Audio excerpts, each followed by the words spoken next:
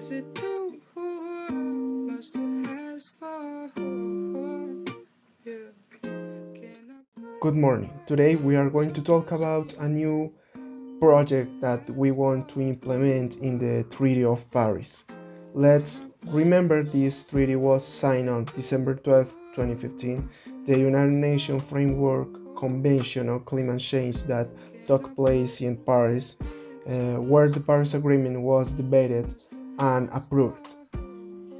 It was born thanks to the concert of all nations to combat climate change through of projects, actions, and investments that help reduce carbon emissions and at the same time its risks. This agreement is a historic event since it's the first time that all countries have a common cause that leads them to cooperate and to unify of the resource efforts to combat climate change and adapt to these effects. It was established that powerful countries should show greater support to help developing countries to do so. Initially, it's proposed to keep the global temperature increase in this century will below 2 degrees Celsius and later a maximum temperature under 1.5 degrees Celsius. To get more into the subject, we have three very important guests, Luisa Romero, Tatiana Roa, and Ashley Perez, who are part of the NGO, who will explain the project to us. They will tell us its use and its importance. We start with you, Dr. Luisa Romero. Give us the description of the project. Good morning. First of all, I want to thank the Cooperation News for allowing us this space and being able to explain this important topic to the public. This project is based on the transformation and materialization of Paris Agreement into an international non-governmental organization. The Paris Agreement is originally the first legally binding and universal global agreement on climate change, adopted at the Paris Climate Conference on December 2015.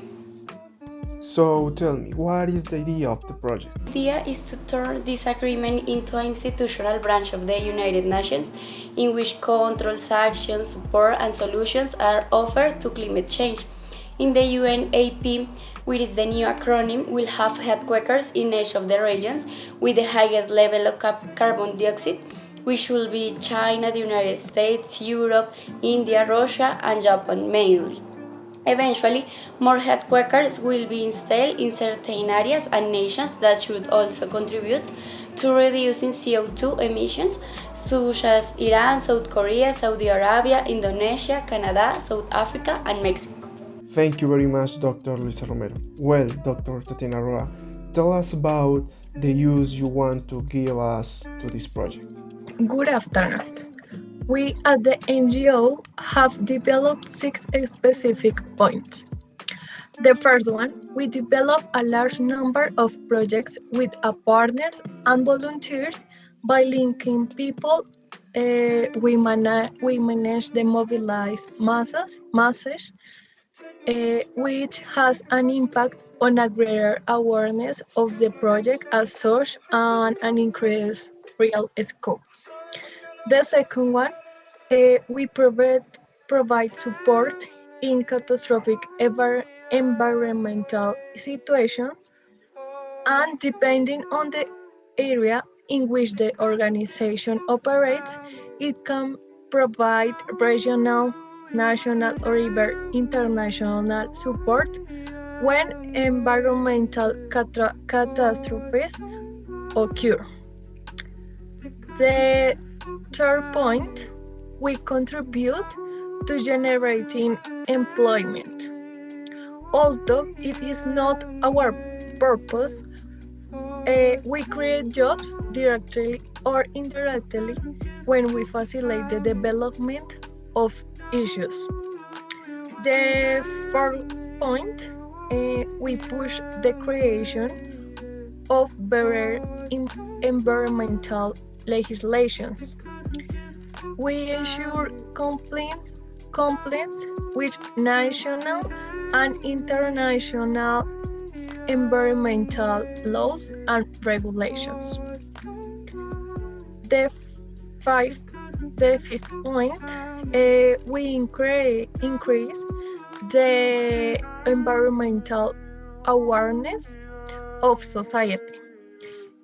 Environmental NGOs are highly respected by citizens, so we spread message and raise awareness for the environment.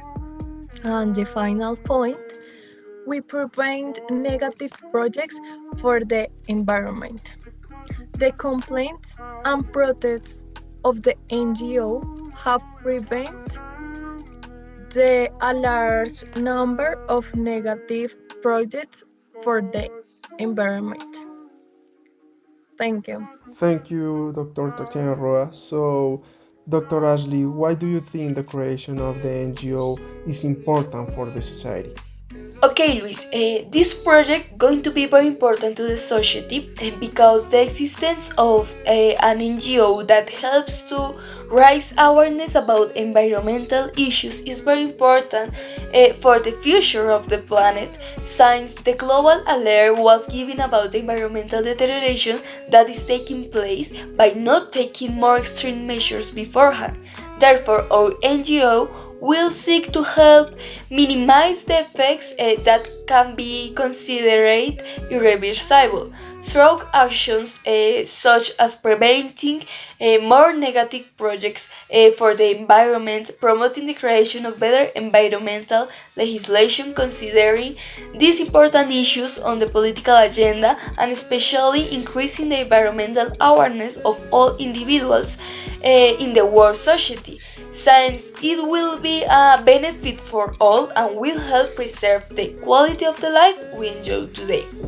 We mustn't forget that will be a non-profit organization which has a only objective, that is to guide governments to make better environmental policies and make their citizens and protect these laws, because today the planet is very deteriorated and we must take measures to face this situation if we want our next generations to enjoy of healthy environment, natural, to see the biodiversity, that they will not use artificial products, and they can simply live in peace as we do today. Thank you, Luis. Thanks to our guest today. I hope that today you have been able to convey the idea of this new project to everyone. So, see you on our next broadcast.